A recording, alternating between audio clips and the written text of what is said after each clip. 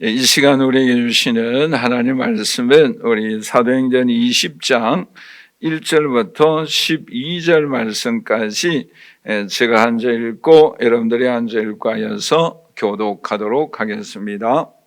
소요가 그침에 바울은 제자들을 불러 권한 후에 작별하고 떠나 마게도냐로 가니라.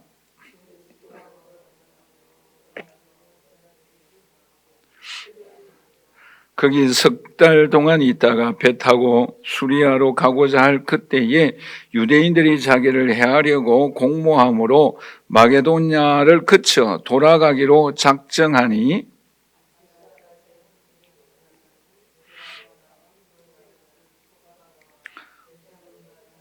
아리스다고와 세군도와 더베 사람 가이오와 및 디모데와 아시아 사람 두기고와 드로비모라 그들은 먼저 가서 드로아에서 우리를 기다리더라.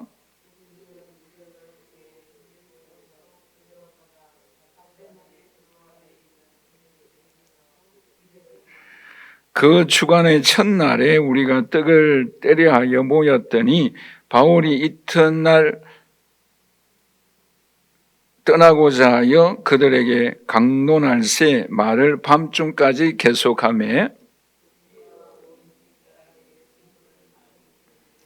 유도고라 하는 청년이 창에 걸터 앉아 있다가 깊이 졸더니 바울이 강론하기를 더 오래 하며 졸음을 이기지 못하여 3층에서 떨어지거늘 일으켜 보니 죽었는지라.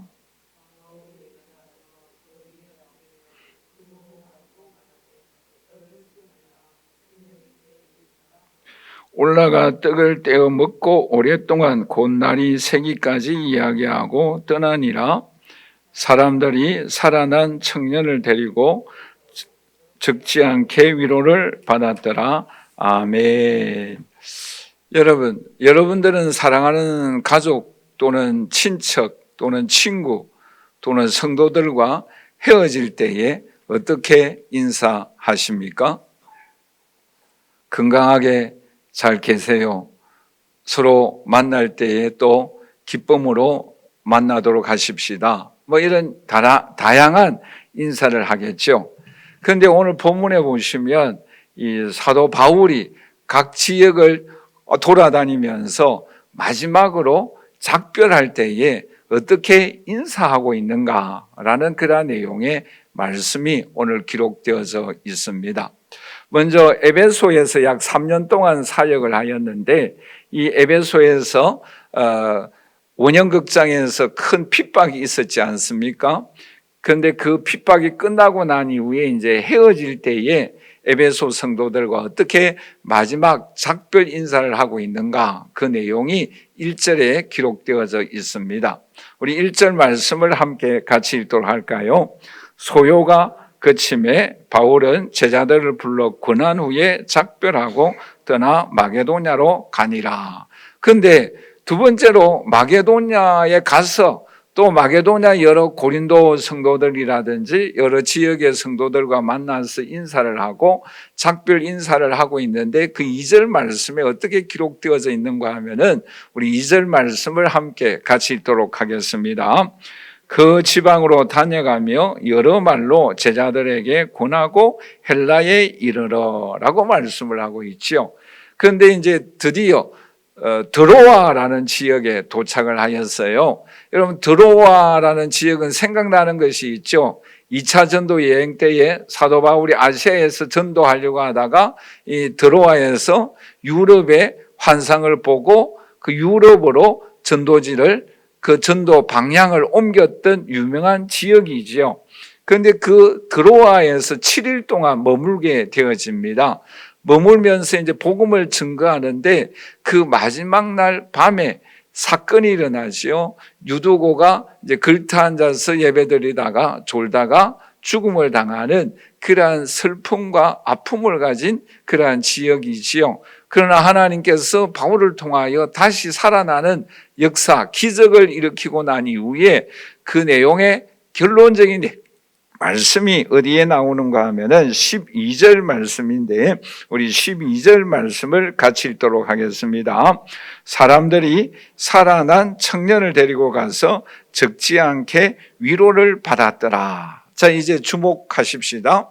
여러분, 에베소 또 마게도냐의 사람들, 특별히 들어온 사람들과 새 지역에 다니면서 마지막으로 인사하고 있는데 공통적으로 들어가는 중요한 단어가 있지요. 그 단어가 무엇입니까? 오늘 본 말씀에 보시면 1절, 2절, 12절에 반복되어져서 공통으로 들어가는 단어가 있죠. 그 단어가 무엇입니까? 우리 한번 다 같이 따라서 하십시다. 권하였다 또는 위로하다라는 말씀이 나옵니다.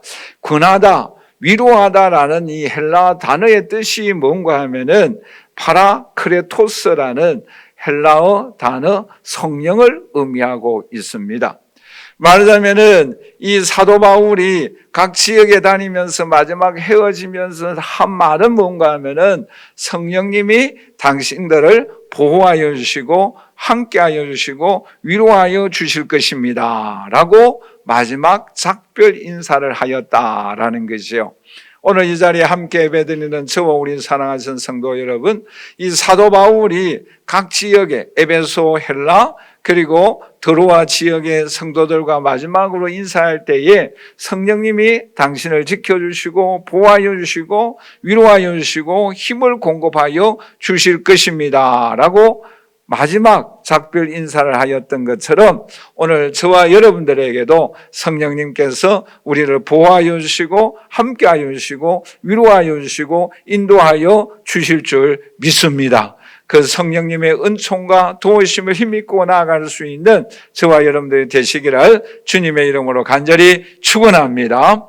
자, 그러면 이 사도 바울이 이 성도들과 작별할 때에 이렇게 인사를 하고 있는데 여기에 중요한 두 가지 의미가 있어요. 그 두 가지 의미가 뭔가 우리 함께 이 시간 살펴보도록 하겠습니다. 첫 번째로서는 우리 한번 다 같이 따라서 하십시다. 바울은 말씀으로 성도들을 권면하였다. 오늘 본 말씀 1절 말씀을 다시 한번 읽어보도록 하겠습니다. 같이 읽을까요? 소요가 그침에 바울은 제자들을 불러 권한 후에 작별하고 떠나 마게도냐로 가니라. 여기에서 조금 전에 말씀드린 것처럼 권하다라는 뜻이 뭐라고 그랬어요? 파라크레토스, 성령님이 위로하여 주시고 보호하여 주시고 함께하여 주실 것입니다 라는 그런 의미의 말씀이에요. 자, 그런데 여기서 우리가 주목해야 할 부분이 있어요. 그 내용의 말씀이 뭔가 하면은 드로아에서도 이 사도 바울이 7일 동안 그곳에 거하면서 복음을 증거했어요. 그런데 마지막 날 밤이었어요. 떠나고자 하니까 뭔가 아쉽잖아요. 저희들도 저기 중국에 가서 선교를 하고 나면은 마지막 날 밤에 무엇을 하는가 하면은 파티를 합니다. 파티하다 보면 뭔가 하면은 그동안 있었던 공부하였던 내용을 서로 토의하고 묻기도 하고 또 깨달았던 점이 무엇인가라고 서로 이야기하기도 하고 뭐 여러 가지 은혜 받았던 이야기들을 서로 이야기합니다. 또 그 사람들이 이제 사역지로 가서 어려운 이야기라든지 또 고민되는 일들을 서로 이야기하기도 하는데 이 마지막 날 밤에 사도 바울도 드로아 성도들과 함께 이야기를 하다 보니까 밤중까지 이 강의가 계속되는 거예요. 그러니까 이 사람들은 약 7시부터 밤 12시까지 약 5시간 동안 이 강의가 계속되어진다라는 것이죠. 그리고 드로아 지역의 많은 사람들은 어떤 사람인가 하면은 노동을 하는 사람들이에요. 그 노동을 하는 사람들이 밤중까지 그치요 올라가서 말씀을 듣다 보니까 졸린단 말이지요. 그래서 유두고라는 사람이 있어요. 7절 말씀을 우리 같이 한번 읽어보도록 하겠습니다. 유두고라 하는 청년이 창에 걸터 앉아 있다가 깊이 졸더니 바울이 강론하기를 더 오래 하며 졸음을 이기지 못하여 3층에서 떨어지거늘 일으켜 보니 죽었는지라 라고 말씀을 하고 있죠. 자, 보세요. 이 예배드리다가 말하자면 사고가 일어난 거예요. 사고가 일어났으면 어떻게 되겠어요? 모든 사람들이 당황하지 않겠어요? 그런데 이 사도 바울이 어떻게 하는가 하면은 오늘 본 말씀 10절, 12절인데 우리 다 함께 같이 읽도록 하겠습니다. 바울이 내려가서 그 위에 엎드려 그 몸을 안고 말하되 떠들지 말라. 생명이 그에 있다 하고 올라가 떡을 떼어 먹고 오랫동안 곧 날이 새기까지 이야기하고 떠나니라. 사람들이 살아난 청년을 데리고 가서 적지 않게 위로를 받았더라 라고 말씀을 하고 있습니다. 나중에 다시 이 부분에 대해서 말씀을 드리겠습니다만은 여기서도 뭐라고 말씀하고 있습니까? 위로를 받았다라고 말씀을 하고 있어요. 자, 1절과 2절에도 권하다라는 내용의 말씀이 어떤 단어다라고 말씀하였습니까? 파라크레토스, 성령께서 위로하여 주시고 권면한다라는 뜻이거든요. 그런데 12절 말씀에도 뭐예요? 파라크레토스, 위로하고 보호하고 인도하여 주신다라는 의미의 단어를 동일하게 사용하고 있다라는 것이죠.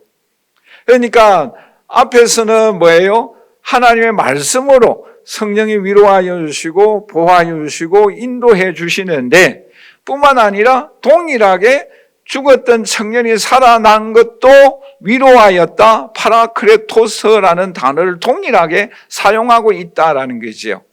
그러니까 하나님께서 바울을 통하여 들어온 사람에게, 에베소 사람에게 성령으로 말씀을 통하여 위로하였고 권면할 뿐만 아니라 죽었던 사람이 다시 살아남으로 인하여서 그 위로함이 동일한 단어를 사용하고 있다라는 것입니다.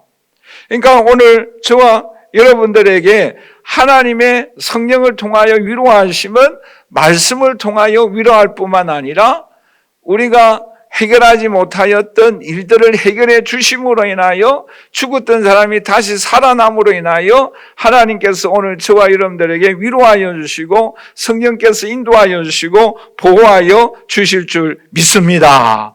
이 고백을 오늘 우리에게 말씀해 주고 있다라는 것이요. 그런데 이 사도 바울이 청년이 떨어져서 죽었을 때에 어떻게 반응하는가? 오늘 우리 10절 말씀을 다시 한번 같이 읽도록 하겠습니다. 바울이 내려가서 그 위에 엎드려 그 몸을 안고 라고 말씀을 하고 있습니다. 엎드려서 그 몸을 안고라는 이 말씀이 여러분들이 읽을 때에 구약의 어떤 사건들이 기억나십니까? 엘리야와 엘리사가 가부들의 아들들을 죽었을 때에 살렸던 그 모습, 그 현장을 우리가 생각나게 하는 말씀입니다. 우리 열왕기상 17장 20절에서 21절까지를 우리 한번 다 같이 읽어보도록 하겠습니다.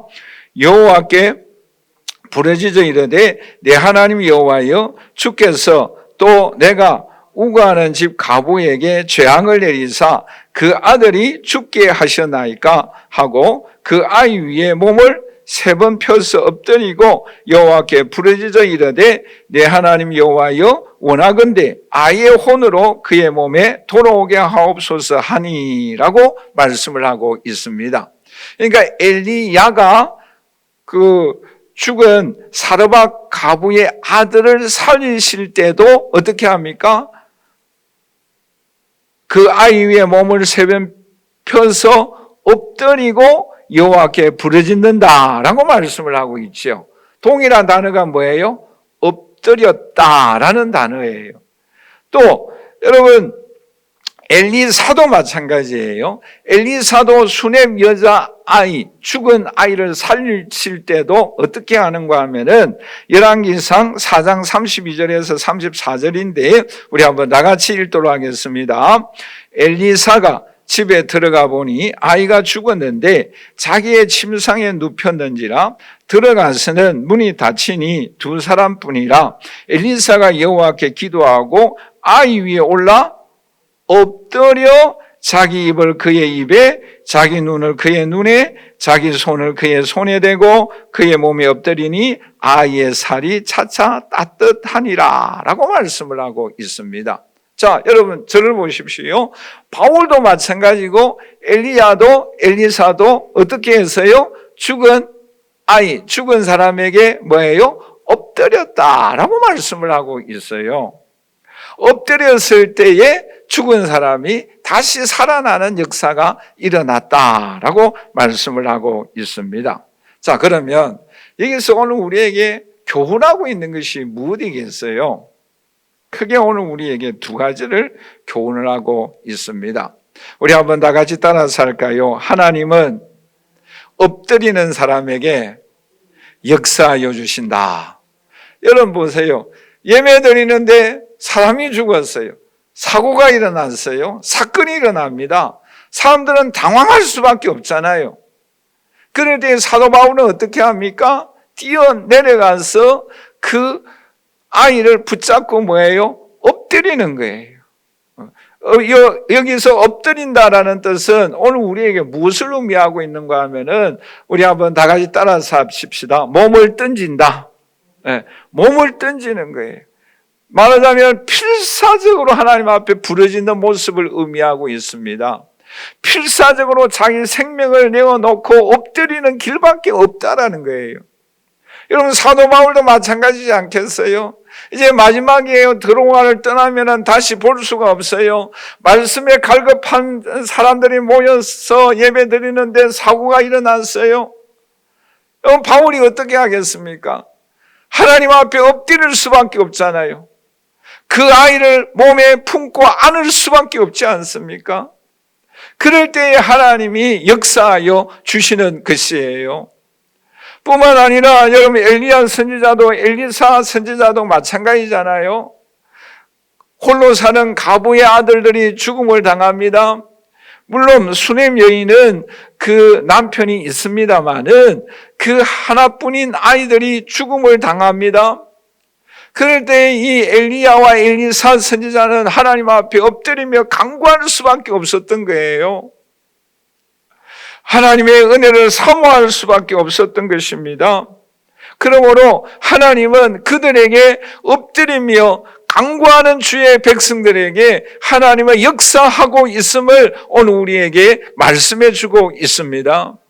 여러분 보세요. 엘리야, 엘리사 선지자에게 구약시대에 역사하신 그 하나님이 보세요. 이 사도행전에 보시면 베드로에게도 또 역사하였고 바울에게도 역사하여 주신 그 하나님은 오늘 저와 여러분들이 하나님 앞에 엎드릴 때에 생명을 걸고 하나님 앞에 매달릴 때에 하나님은 오늘 우리에게 역사하여 주시고 응답하여 주시고 권능을 베풀어 주실 줄 믿습니다.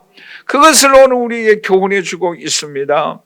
여러분 보세요. 예수님도 어떠하였습니까? 십자가를 앞두고 겟세마네 동산에서 엎드려 하나님 앞에 기도할 수밖에 없었어요. 하나님 아버지, 내 뜻은 십자가를 지지 않는 일이지만 그러나 아버지의 뜻이라고 한다면 이 십자가를 져야 되겠습니다. 감당할 수 있는 능력을 주십시오. 그러므로 하나님께서는 예수 그리스도에게 부활의 능력을 베풀어 주셨던 것입니다.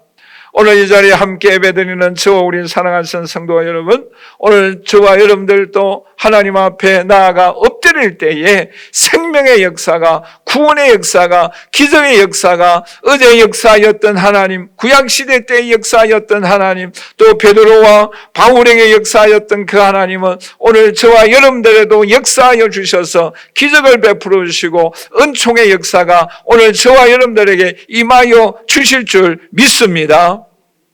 뿐만 아니라 하나님은 오늘 우리에게 역사하여 주시고 은혜 베풀어 주시고 위로하여 주시는 하나님이신 줄 믿습니다. 여러분 보세요. 어떤 곳에는 복음으로 말씀으로 그들을 위로하였어요. 그러나 어떤 곳에서는 그 사건이 해결함으로 인하여 죽었던 이 유두고가 다시 살아남으로 인하여 위로가 임하였던 것입니다. 오늘 저와 여러분들의 신앙의 삶의 현장에서도 하나님 우리에게 성령을 통하여 보호하여 주시고 인도하여 주심으로 인하여 위로하여 주시는 은혜를 경험할 수 있기를 주님의 이름으로 간절히 축원합니다. 뿐만 아니라 그 하나님의 말씀 가운데 우리를 붙잡아 주시고 말씀이 우리를 인도하여 주시고 말씀의 능력을 베풀어 주시는 그러한 위로함이 저와 여러분들에게 함께 할 수 있기를 주님의 이름으로 간절히 축원합니다. 뿐만 아니라 하나님은 오늘 우리에게 기적을 베풀어 주심으로 인하여 오늘 우리에게 위로하여 주십니다. 하나님은 오늘 또 저와 여러분들에게 변함없이 기적과 능력으로 축복으로 오늘 우리에게 위로하여 주시고 권능을 베풀어 주시며 하나님께서 우리의 갈 길을 인도하여 주실 줄 믿습니다. 그 위로하심이 오늘 저와 여러분들에게 함께 할 수 있기를 주님의 이름으로 간절히 축원합니다. 축원합니다. 자, 마지막 두 번째로 이 사도 바울은 이 마지막으로 헤어지는 사람에게 어떻게 역사하고 있는가? 우리 한번 다 같이 따라서 하십시다. 바울은 죽은 자를 향하여 생명이 있다고 하였다. 여러분 보세요. 이 드로아에서 이제는 이 바울이 2차 전도 여행 때에 아시아에서 복음을 증거하다가 유럽으로 갔던 뜻깊은 곳이 바로 이 드로아라는 지역입니다. 환상을 본 지역이에요. 물론 이곳에서 바울이 복음을 증거하였다, 또 교회를 세웠다라는 말씀은 없어요. 그러나 이 바울이 전도하는 곳곳마다 다니다 보니까 이 드로아에 살고 있는 사람들이 와서 복음을 듣고 믿고 고향에 돌아가서 하나님을 섬겼던 사람들도 있었을 것이고, 또 예수님의 제자들 가운데서도 드로아에 가서 복음을 증거했던 사람들도 있었을 거예요. 좌우간 어떻게 됐든 간에 이 바울이 직접적으로 드로아에 머물면서 복음을 증거하였다라는 기록은 없어요.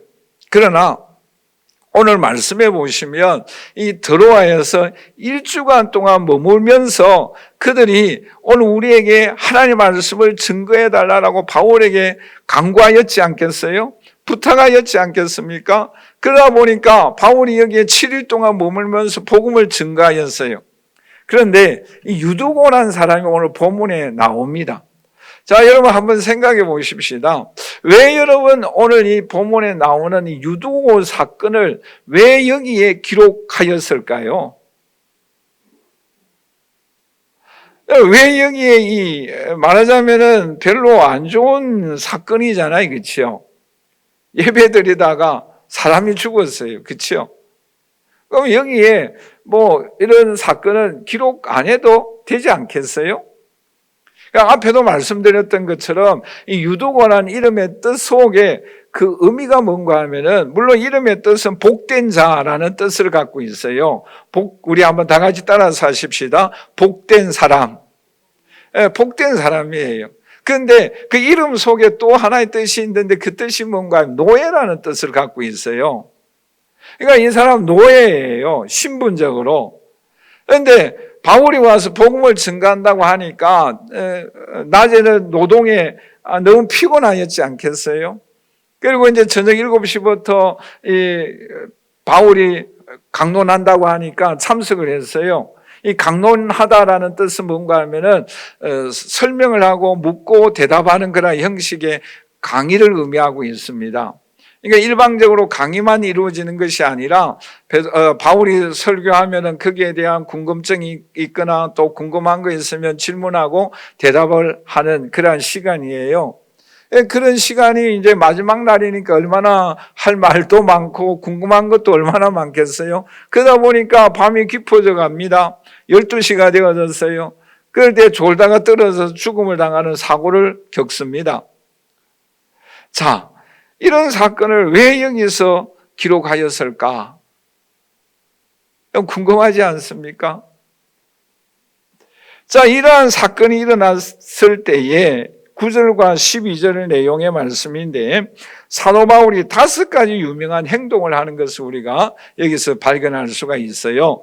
우리 9절부터 12절까지 같이 한번 읽어보도록 하겠습니다. 유두고라 하는 청년이 창에 걸터앉아 있다가 깊이 졸더니 바울이 강론하기를 더 오래 하매 졸음을 이기지 못하여 3층에서 떨어지거늘 이렇게 보니 죽었는지라. 바울이 내려가서 그 위에 엎드려 그 몸을 안고 말하되 떠들지 말라. 생명이 그에게 있다 하고 올라가 떡을 떼어 먹고 오랫동안 곧 날이 새기까지 이야기하고 떠나니라. 사람들이 살아난 청년을 데리고 와서 적지 않게 위로를 받았다라는 그런 내용의 말씀이에요. 그런데 여기서 사도 바울이 행하였던 유명한 5가지 행동이 있어요.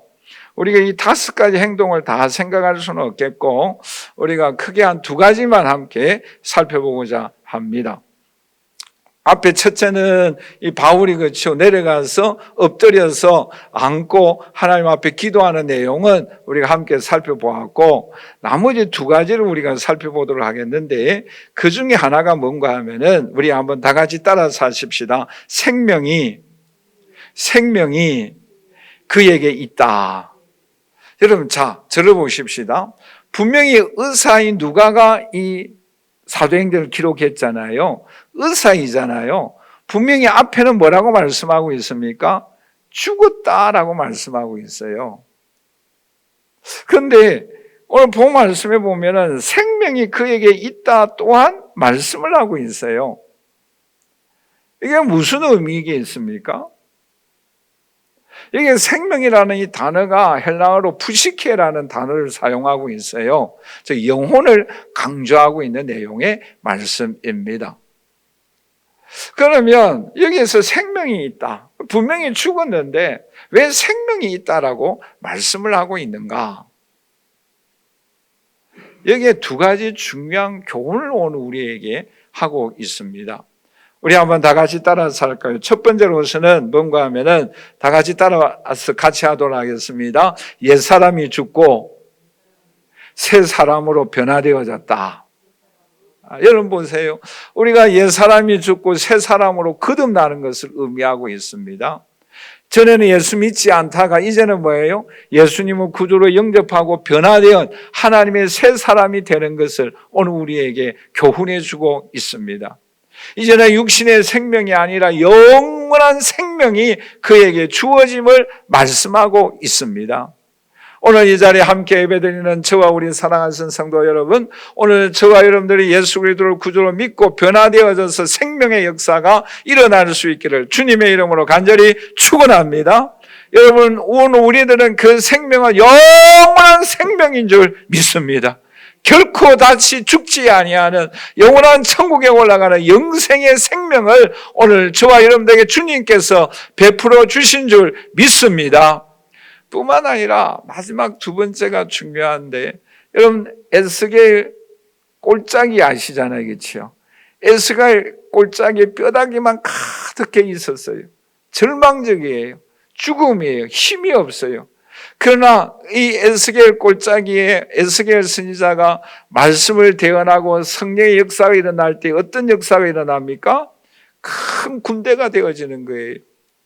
지금 이 유도고가 육신적으로 죽었습니다마는 생명이 끝이 났습니다마는 절망이고 낙심입니다마는 그러나 하나님의 성령을 통하여 새 생명의 역사가 임하고 능력이 역사하고 권능이 역사함으로 인하여 살아나며 힘이 생기며 능력이 그에게 역사하심을 오늘 우리에게 말씀해 주고 있습니다.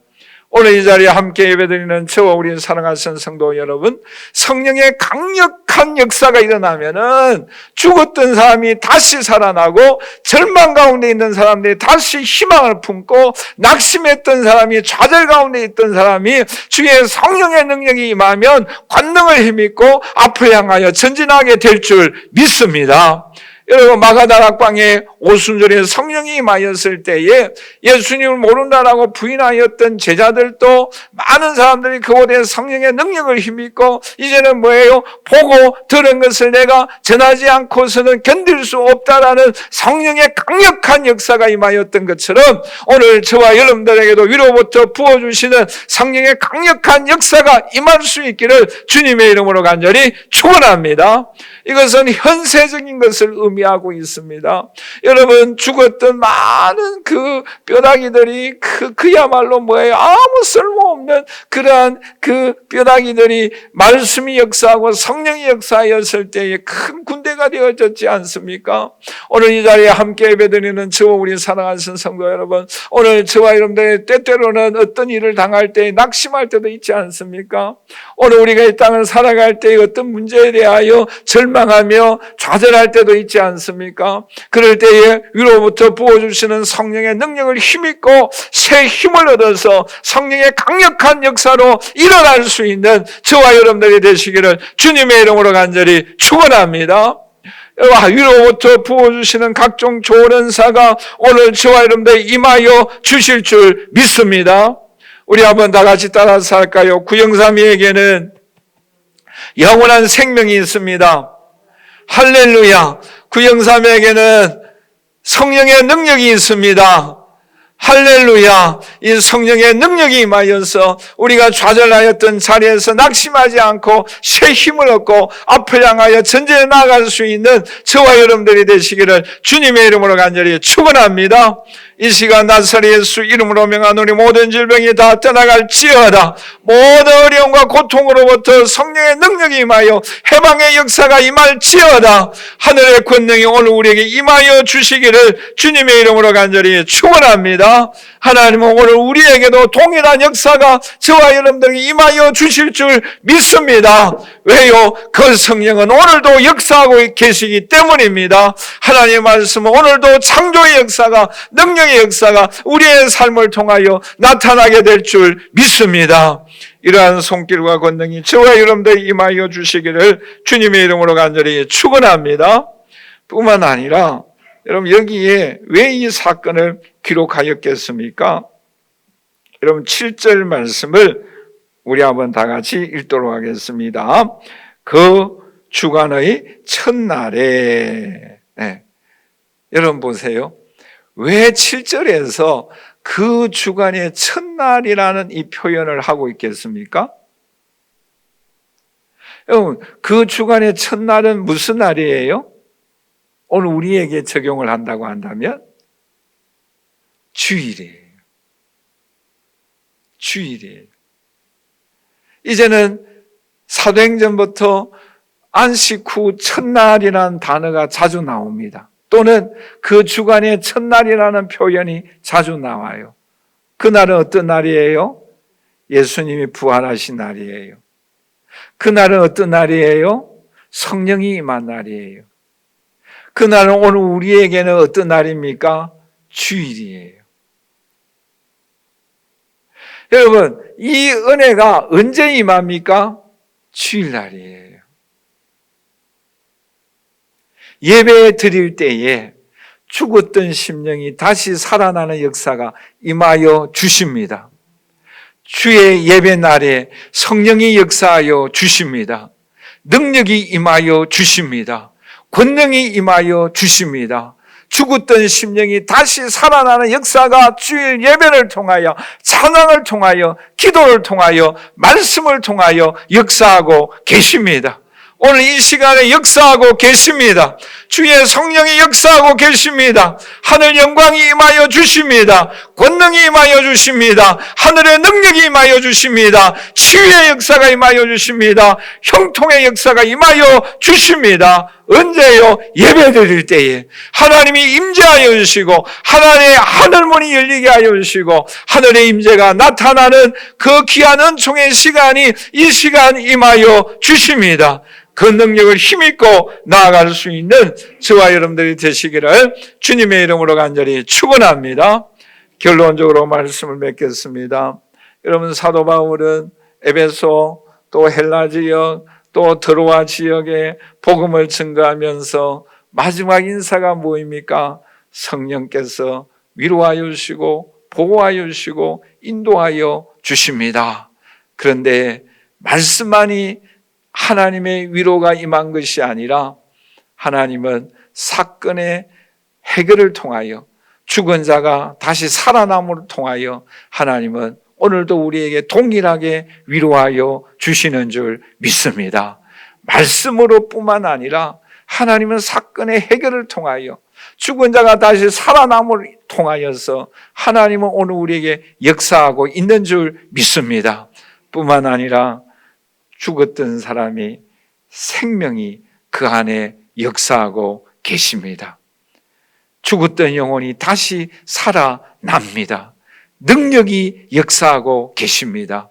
하나님의 치유의 역사가, 신유의 은사가, 축복의 역사가 임하여 주십니다.